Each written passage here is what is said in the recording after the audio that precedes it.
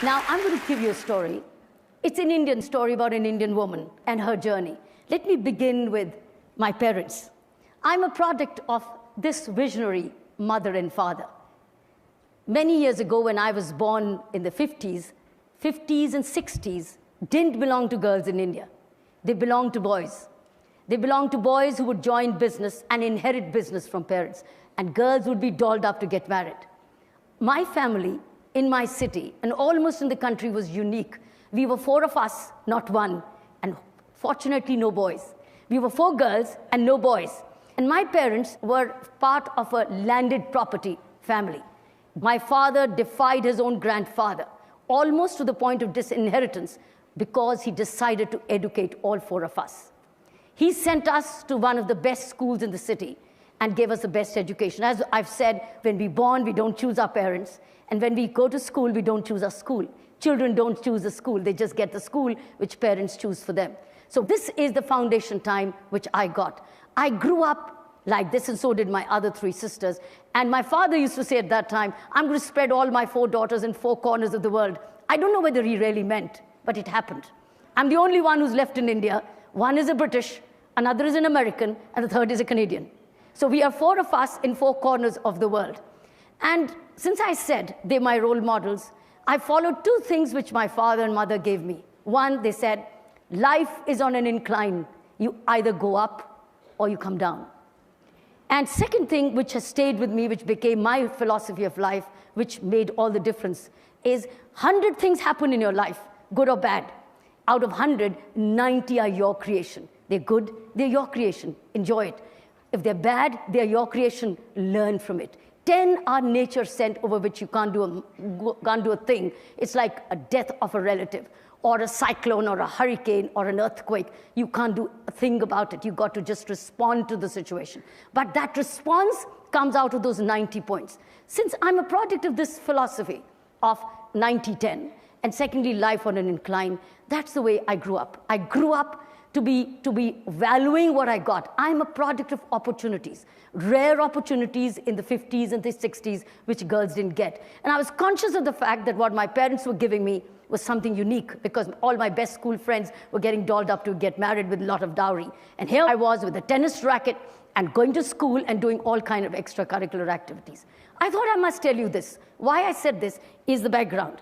This is what comes next. I joined the Indian Police Service as a tough woman, a woman with indefatigable stamina, because I used to run for my tennis titles, etc. But I joined the Indian Police Service. And then it was a new pattern of policing. For me, the policing stood for power to correct, power to prevent, and power to detect. This is something like a new definition ever given in policing in India, the power to prevent. Because normally it was always said power to detect, and that's it, or power to punish. But I decided, no, it's a power to prevent, because that's what I learned when I was growing up. How do I prevent the 10 and never make it more than 10? So this is how it came into my service, and it was different from the men.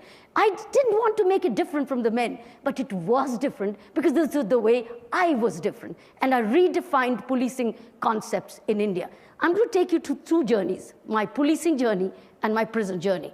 What you see, if you see the title called PM's Car Held, this is the first time Prime Minister of India was given a parking ticket. That's the first time in India, and I can tell you, this is the last time you're hearing about it. It will never happen again in India, because now it was once and forever. And the rule was, because I was sensitive, I was compassionate, I was very sensitive to injustice, and I was very pro-justice. That's the reason, as a woman, I joined the Indian Police Service. I had other options, but I didn't choose them. So I'm going to move on. This is about tough policing, equal policing. Now I was known that here's a woman who's not going to listen.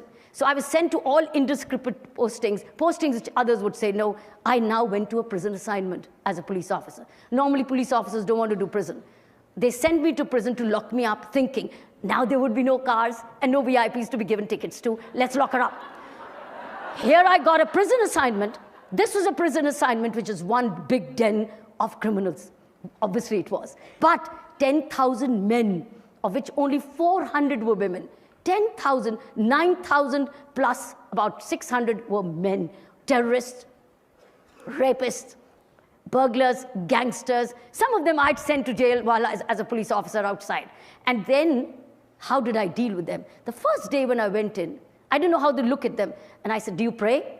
When I looked at the group, I said, do you pray? And they saw me as a young, short woman wearing a Pathan suit. They said, do you pray? And they said, they didn't say anything. I said, do you pray? You want to pray? They said, yes. I said, all right, let's pray. I prayed for them, and things started to change.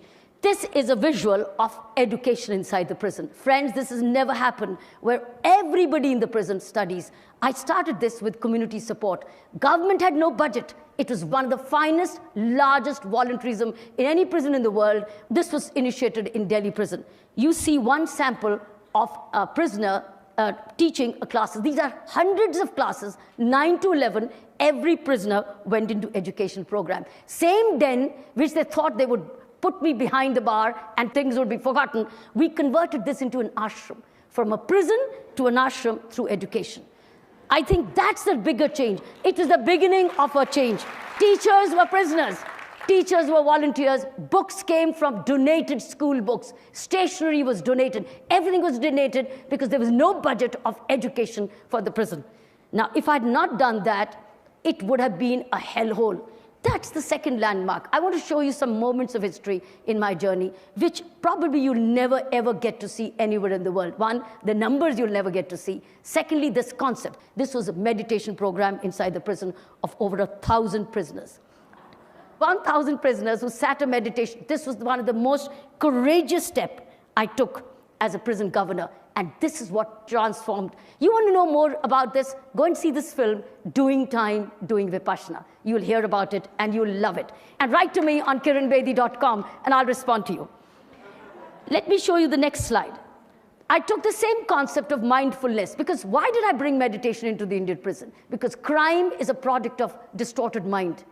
It was distortion of mind which we needed to be addressed to control, not by preaching, not by telling, not by reading, but by addressing your mind.